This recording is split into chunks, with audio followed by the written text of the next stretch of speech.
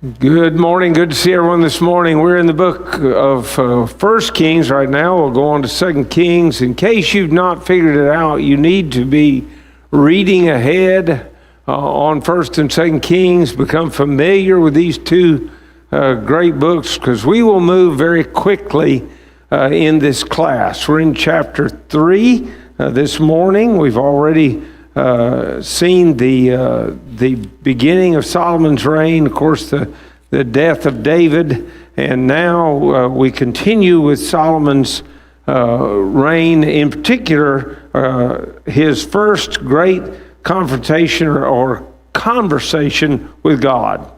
Now, Solomon made a treaty with Pharaoh, king of Egypt, and married Pharaoh's daughter. Then he brought her to the city of David until he had finished building his own house and the house of the Lord and the wall all around Jerusalem. Meanwhile, the people sacrificed at the high places because there was no house built for the name of the Lord until those days. Please observe that Solomon did not violate the law against marrying the Canaanite women, which you'll find in Deuteronomy chapter 7. However, there's a mistake that is evident here in marrying someone outside of God's people, and you see the impact of it later in his life in the book of 1 Kings chapter 11, when he ends up worshiping and being drawn away, his heart drawn away by his wives. High places. Most of the time in Scripture, the high places are talking about something that's bad. Because that's where they worship false gods. They would erect an altar on a high place. However, at this point in time in Israel, there's nowhere to go. The ark has been moved, but the tabernacle, we don't find any real evidence of it, to be honest about it. And we're waiting for the building of the temple. Once the temple is built, then the high places become illegitimate places of worship. They're no longer acceptable. But as long as you're worshiping God, the God of heaven, and only the God of heaven, then for the time being, this is all right. I think you need to see that distinction. Then we find verse 3, and Solomon loved the Lord, walking in the statutes of his father David, except that he sacrificed and burned incense at the high places. Now, the king went to Gibeon to sacrifice there, for that was the great high place. Solomon offered 1,000 burnt offerings on that altar.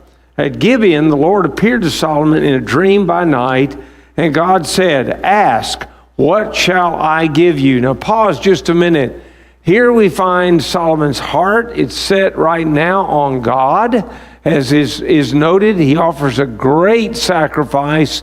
This is the first sacrifice that we find that Solomon makes, and you'll notice immediately God comes to him. Comes to him in a dream, that's true enough, but he comes to him. He wants to know what he would have, and you all are very familiar with this. Solomon responds, verse 6. Solomon said, "You've shown great mercy to your servant David, my father, because he walked before you in truth, in righteousness, and in uprightness of heart with you. You've continued this great kindness for him, and you've given him a son to sit on his throne as it is this day. Now, O Lord my God, you've made your servant king instead of my father David, but I am a little child. I do not know how to go out or come in.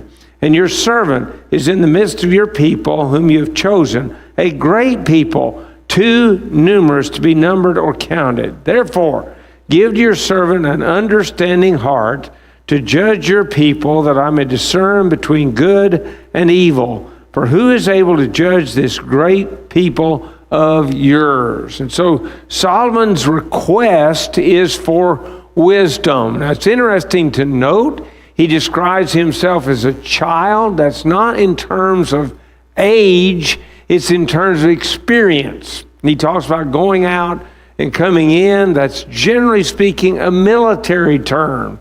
You'll remember that David went out and in and out in the era of Saul. as king. And when he did that, he was going out most of the times to confront the Philistines because they were the major enemy in the lifetime of Saul. So he said, I don't have any experience and I need help because your people are great. Notice that when men are focused on God, that they acknowledge the greatness of God and the greatness of his blessings. And that's exactly what Solomon does in this place. He lays out those blessings that God has given. And so God responds, beginning in verse 10. The speech pleased the Lord that Solomon had asked this thing. Then God said to him, because you've asked this thing and have not asked long life for yourself, nor have you asked riches for yourself, nor have you asked the life of your enemies, but have asked for yourself understanding to discern justice. Behold, I've done according to your words. See, I've given you a wise and understanding heart, so that there has not been anyone like you before you, nor shall any like you arise after you. And I have also given you what you have not asked, both riches and honor, so that there shall not be anyone like you among the kings all your days. And so God pleased with the request. He responds by saying, you get what you asked for. I'm going to give you the wisdom to rule my people, to guide them. But beyond that, I'm going to give you riches. You're going to be a man who has that, and you're going to have honor. We're going to see some of that later. Think Queen of Sheba and people like that. They're going to come along a little bit later in this book. But now watch verse 14. And here's what I would suggest. And I don't know if you write in your Bible or you don't. It's your business, not mine. But when I go through my Bible, I pick up on this kind of expression all the time. And I've circled two words in verse 14. The first word I circle is if. And the second word I circled is then. You're going to see these if-then statements over and over again in Scripture. God's covenants are most interesting. They contain two elements every time. Number one, they contain promises. Number two, they contain conditions. And so what do we got here? If, then. So here's the promise, that's the then. And if is the condition that you got to meet. So watch him. So, if you walk in my ways to keep my statutes and my commandments as your father David walked, then I will lengthen your days. And he's going to expand on that later, but this is what he says right now. And we need to pick up on that and realize that God does have conditional promises that he gives. Now, verse 15, then Solomon awoke, and indeed it had been a dream. And he came to Jerusalem and stood before the ark of the covenant of the Lord, offered up burnt offerings, offered peace offerings, and made a feast for all his servants. What is his immediate response? Keep the law of Moses. That's what his father had done, David, and that's what he does now. So he's meeting up at this point in time. He's meeting the if condition. If you, then he's going to do this. Well, he's meeting that. Verse 16. Now 2 women who were harlots came to the king and stood before him. Could we just stop just a minute and think about something? If you had these 2 women of this particular type coming before you, which one would you believe? The truth is, they're not of the greatest moral character. They're not upstanding people. You don't necessarily expect true testimony from them because that's not the nature of, if you would, the business that they are in. And so I want us to see that because it's not going to be instantly evident which one of these is right. From the human perspective, we might think, well, one could be lying just as easily as the other one. But Solomon displays the wisdom that God gave him. And one woman said, "Oh, my Lord, this woman and I dwell in the same house, and I gave birth while she was in the house. Then it happened the third day after I'd given birth that this woman also gave birth. And we were together. No one was with us in the house except the two of us in the house. And this woman's son died in the night because she lay on him. So she arose in the middle of the night, took my son from my side while your maidservant slept, and laid him in her bosom, and laid her dead child in my bosom. And when I rose in the morning to nurse my son, there he was dead. But when I had examined him in the morning, indeed, he was not my son whom I had born. Then the other woman said, No, but the living son is my son, and the dead one is yours. And the first woman said, No, but the dead one is your son, the living one is my son. Thus they spoke before the king. Who do you trust? I'm not sure you can trust either one of them. So what's Solomon going to do with it? Here he comes. Then the king said, Bring me a sword. So they brought a sword before the king. And the king said, Divide the living child in two, and give half to one and half to the other. Then the woman whose son was living spoke to the king, for she yearned with compassion for her son. And she said, Oh, my lord, give her the living child, and by no means kill him. But the other said, Let him be neither mine nor yours, but divide him. So the king answered and said, Give the first woman the living child, and by no means kill him. She is his mother. Well, that's pretty clear, isn't it? That's the exact response you'd expect from a mother. I don't want to sacrifice living with my child as he grows up, but I don't want him to die. And so she's willing to submit and just let the child go to the other woman. That tells you who the mother is, and Solomon displays that clearly. And all Israel heard the judgment which the king had rendered, and they feared the king, for they saw that the wisdom of God was in him to administer justice. The word feared there would be our word respect. They respected the king. They respected him because of the wisdom that God had given him. And it's very, very apparent in this great judgment that he has given at this time. So, chapter 4.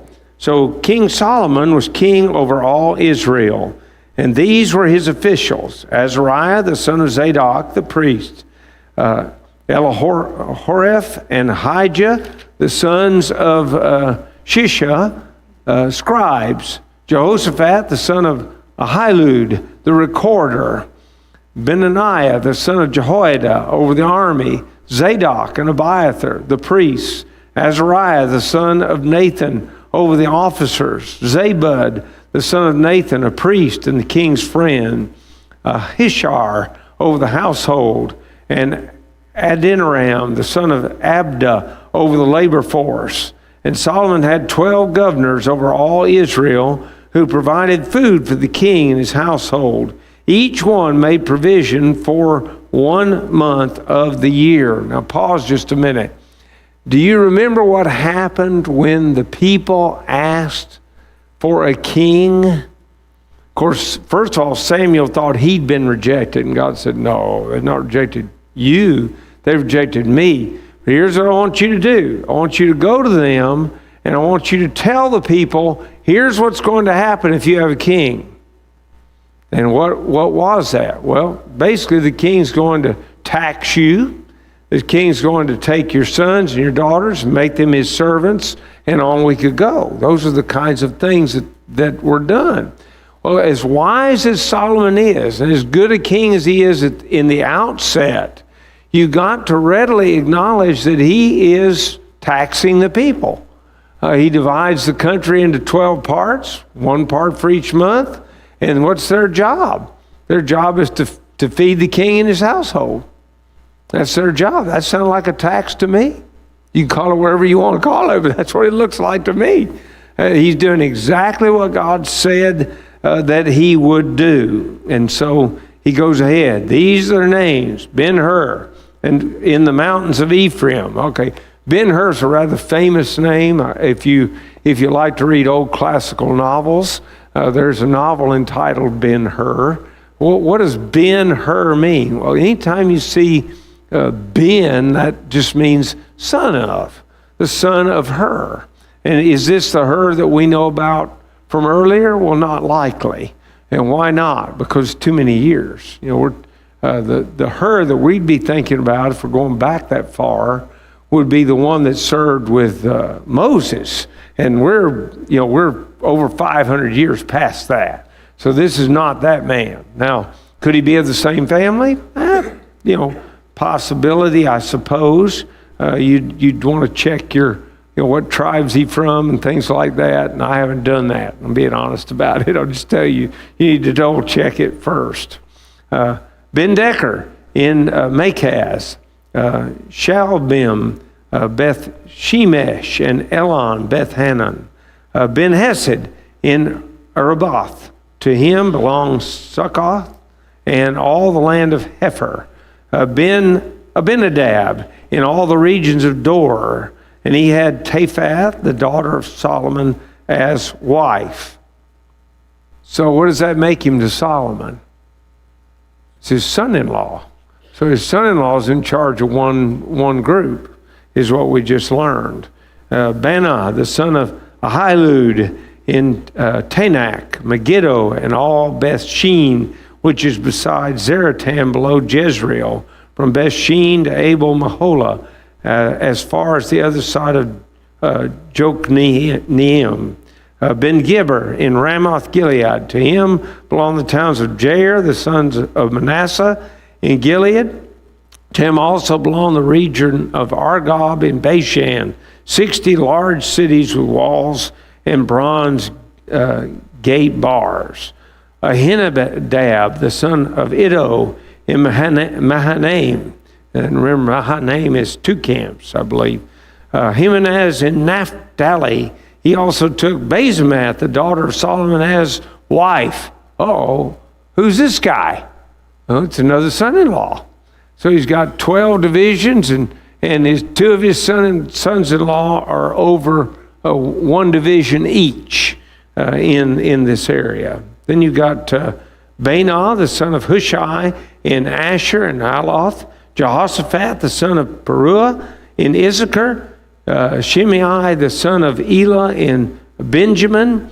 Geber, the son of Uri, in the land of Gilead, in the country of Sihon, king of the Amorites, and of Og, king of Bashan. He was the only governor who was in the land. Okay, so we got a list of all these people. The most significant thing to remember here is we got 12 divisions, and Solomon's mapped it out so that he's going to be taken care of. That he's going to be provided for, and it's going to be done month by month by month. So that's the significant element of that. Judah and Israel were as numerous as the sand by the sea in multitude, eating and drinking and rejoicing. Now wait a minute. What do you mean sand by the sea in multitude? What's going on here? The fulfillment of the promise to Abraham. Now let's briefly look back. We'll start with Genesis chapter 12. That's the first time that God gives a promise to Abraham. And in Genesis chapter 12, you remember he's asking him to leave his father's house, or the home that he grew up in. Here's what he says. Now the Lord had said to Abram, get out of your country, from your family, and from your father's house, to a land that I will show you. I will make you a great nation. I'll bless you and make your name great, and you shall be a blessing. I'll bless those who bless you, and I'll curse him who curses you. And in you, all the families of the earth shall be blessed. So Abram departed as the Lord had spoken to him, and Lot went with him. And Abram was 75 years old when he departed from Haran. Then Abram took Sarah his wife, and Lot his brother's son, and all their possessions that they had gathered, and the people whom they had acquired in Haran, and they departed to go to the land of Canaan. So they came to the land of Canaan. Abram passed through the land of the place of Shechem, as far as the terebinth tree of Moreh, and the Canaanites were there in the land. The Lord appeared to Abram and said, to your descendants I will give this land. And there he built an altar to the Lord who had appeared to him. So You're going to be a great nation, no doubt about that, and you're going to get the land.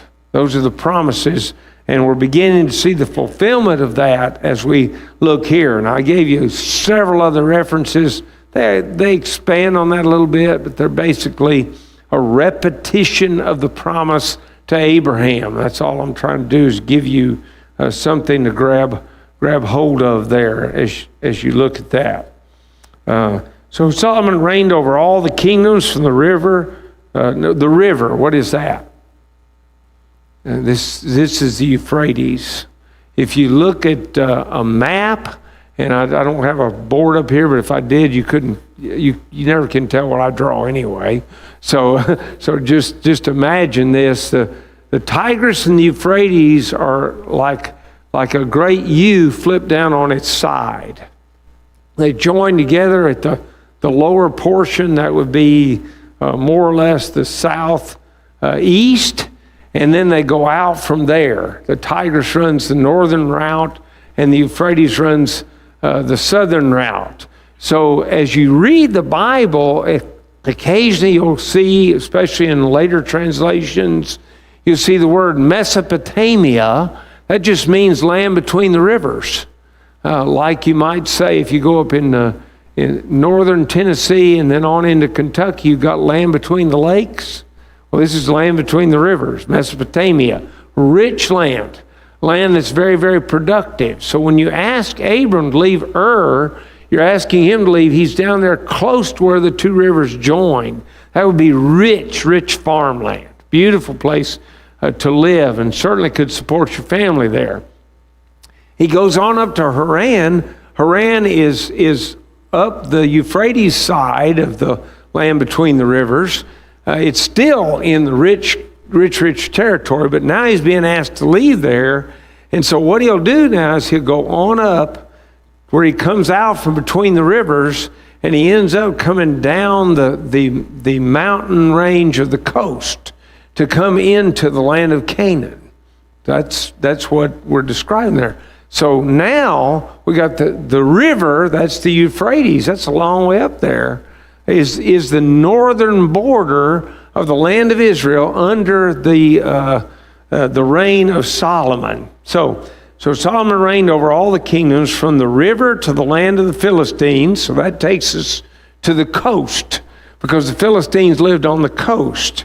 And then he goes on as far as the border of Egypt. Now we've gone south all the way to the Egyptian border. Roughly, you're talking about the Red Sea, roughly, and down in that area that is included.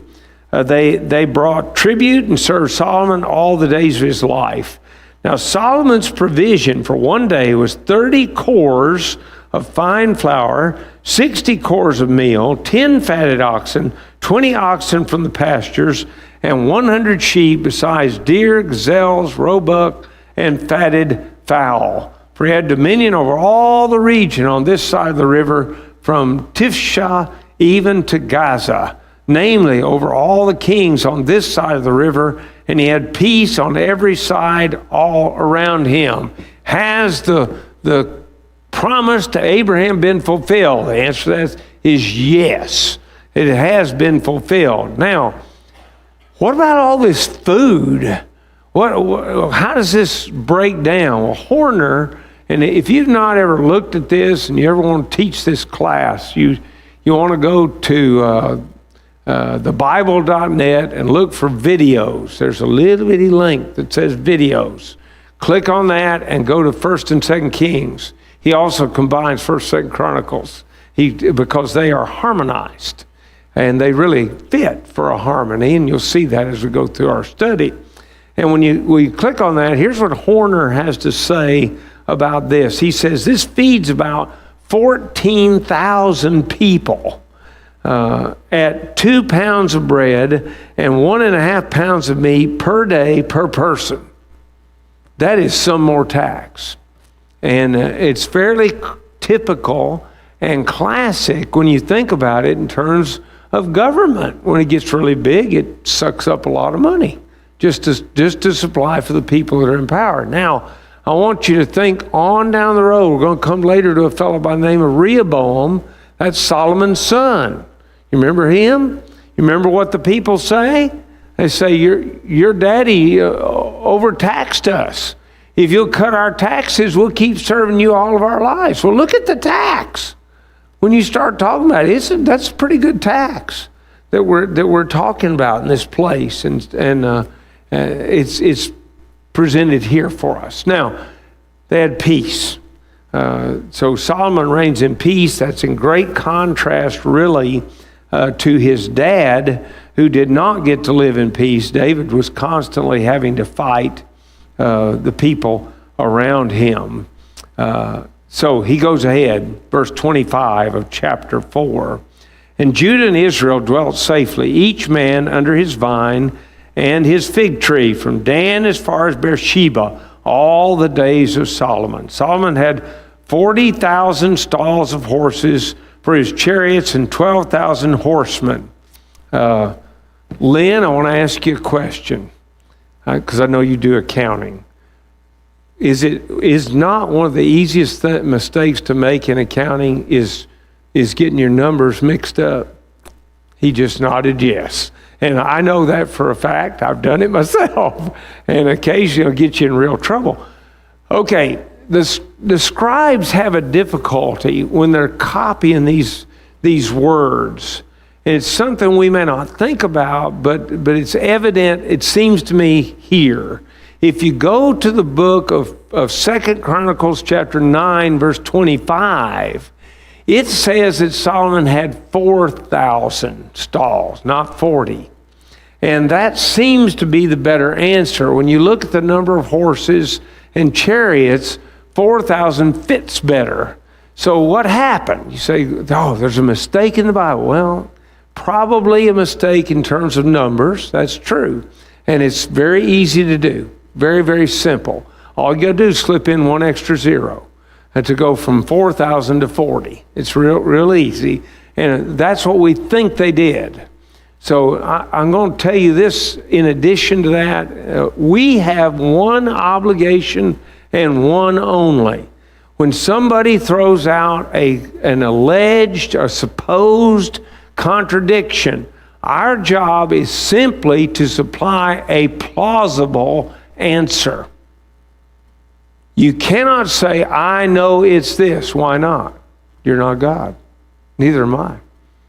Can't do that. But I can give you a plausible reason why it says 40 here and only 4 over there. And my suspicion is we messed up. There's a zero mistake here. And it's in the numbering that is put there. So that's my answer, and I'm sticking with it to that particular thing. All right, yes. Do what now? Oh, the NIV actually fixed it to 4,000. And there's, by the way, the Septuagint fixed it as well. So the Septuagint's the Greek translation of the Hebrew Scriptures, and it's very old. You know, they modified it years ago. NIV must have followed Septuagint.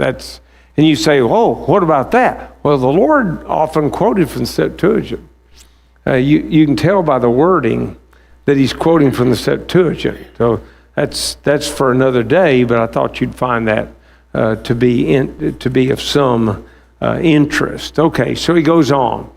And these governors, each man in his month, provided food for King Solomon and for all who came to King Solomon's table. There was no lack in their supply.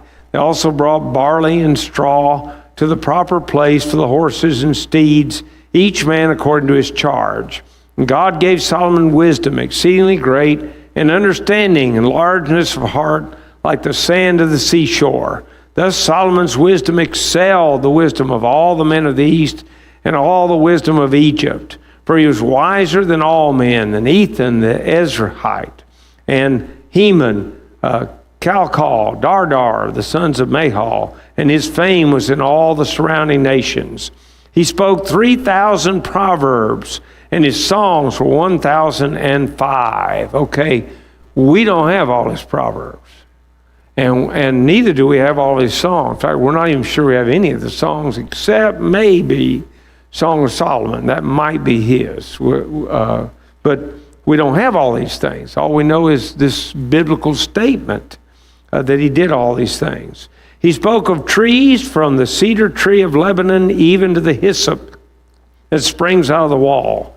He spoke also of animals, of birds, of creeping things, and of fish. And men of all nations from all the kings of the earth who had heard of his wisdom came to hear the wisdom of Solomon. So he knew about horticulture, and he knew about animal husbandry. So he's got a broad-based knowledge, doesn't he? And it exceeds any man that ever lived, which is exactly what God promised. So it really shouldn't surprise us that would be the case. All right, chapter 5. Now, Hiram, king of Tyre, sent his servants to Solomon because he heard that they had anointed him king in place of his father, for Hiram had always loved David. Then Solomon sent to Hiram, saying, "You know how my father David could not build a house for the name of the Lord his God, because of the wars which were fought against him on every side, until the Lord put his foes under the soles of his feet. But now the Lord my God has given me rest on every side.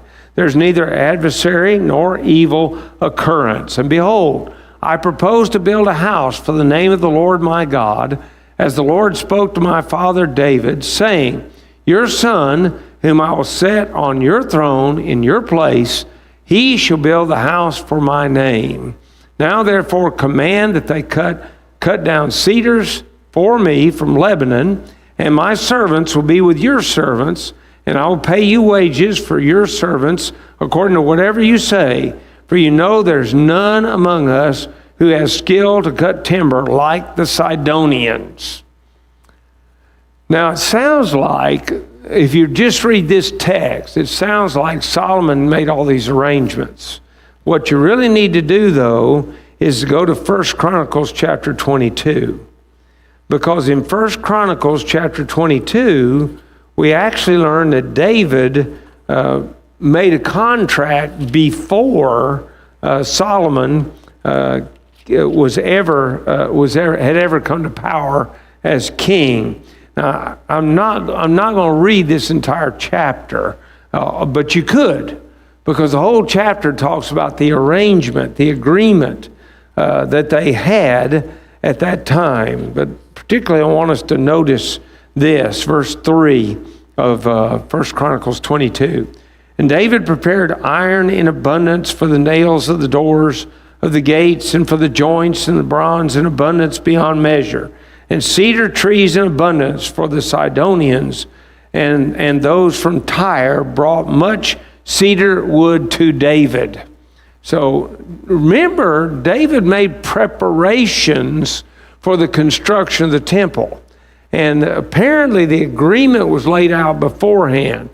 Now, sometimes, I could tell you in Scripture, sometimes something is stated as being done because it's been prearranged and it's going to be done. And that may be what we're getting here, that David's made the arrangements for all the wood to be moved, but now Solomon is simply going ahead and confirming the contract. That could be what we're looking at. Is that it? Well, again, I'll let God tell you that one day, but that's what it appears to be the case here to me. Now watch the response.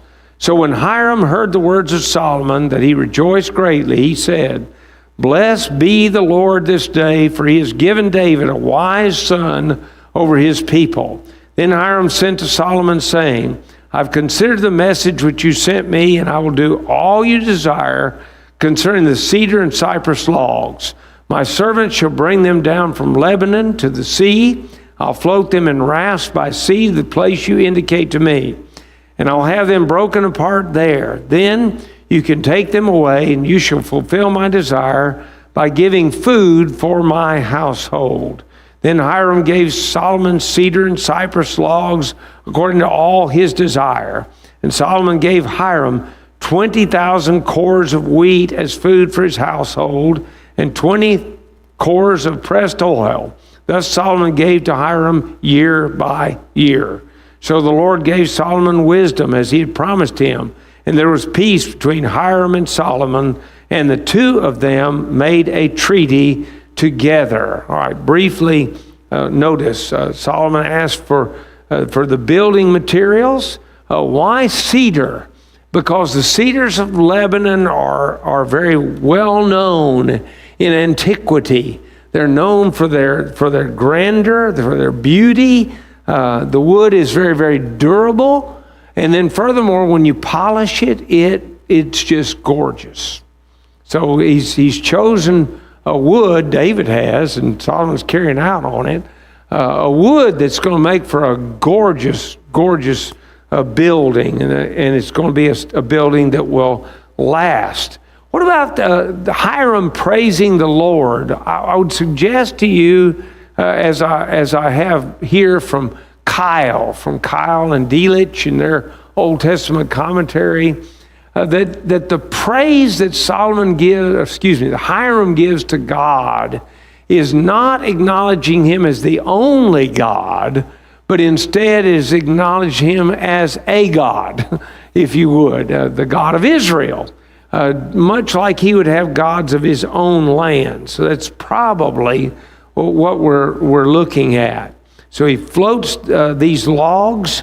How did Solomon pay him? He paid him a stipend in agricultural produce. It's over 50,000 bushels, 800 tons of grain, and more than 100,000 gallons of pure olive oil. And there was peace between the nations. Olive oil is the principal oil that's used in cooking back in that era. Even today, it's used frequently, especially in very, very tasty dishes, to be honest about it. It's good oil, especially if you get pure oil. It's extremely good. So that is the way that this chapter will wrap up. Listen to him as he goes on. So the Lord gave Solomon wisdom as he had promised him. There's peace between Hiram and Solomon, and the two of them made a treaty together. Verse 12. Now 13. Then King Solomon raised up a labor force of all Israel, and the labor force was 30,000 men. And he sent them to Lebanon, 10,000 a month in shifts. They were 1 month in Lebanon and 2 months at home. Adoniram was in charge of the labor force.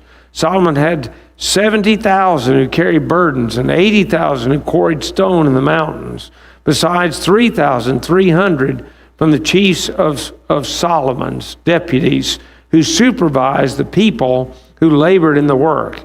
And the king commanded them to quarry large stones, costly stones, and hewn stones to lay the foundation of the temple. So Solomon's builders, Hiram's builders, and the Gebalites quarried them. They prepared timber and stones to build the temple. Okay.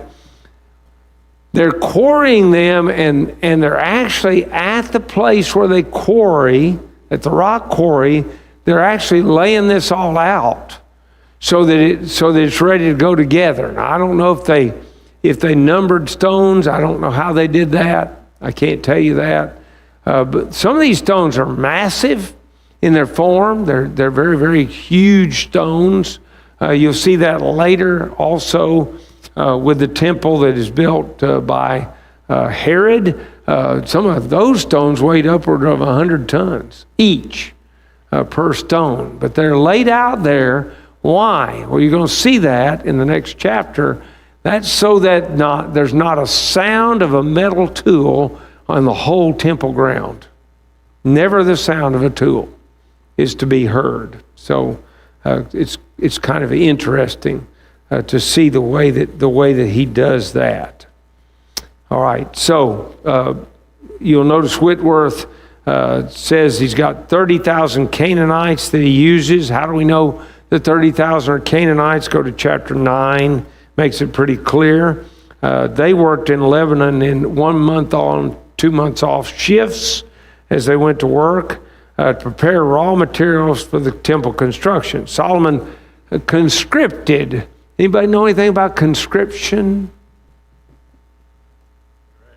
Thank you. I knew somebody here would know.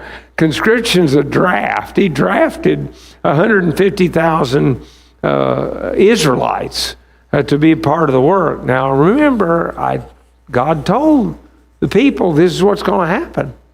The king's he's going to just draft whoever he needs, and he's going to use you. And you see evidence of that here. All right, chapter 6, verse 1.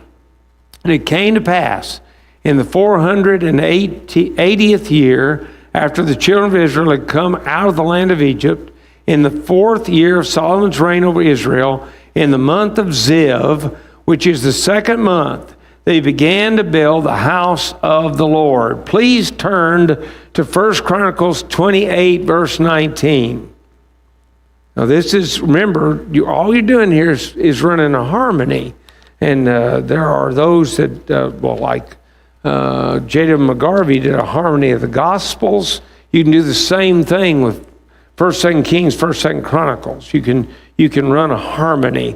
Look at verse 19.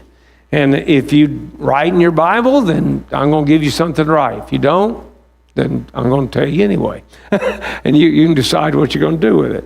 All this, said David, the Lord made me understand in writing by his hand upon me all the works of these plans. I underlined the word plans. Why did I underline it? I also wrote out this verse underneath that. Exodus chapter 25, verse 9. So if you will, turn to Exodus chapter 25. And we're going to look at verse 9 because that same word is used twice in Exodus chapter 25, verse 9.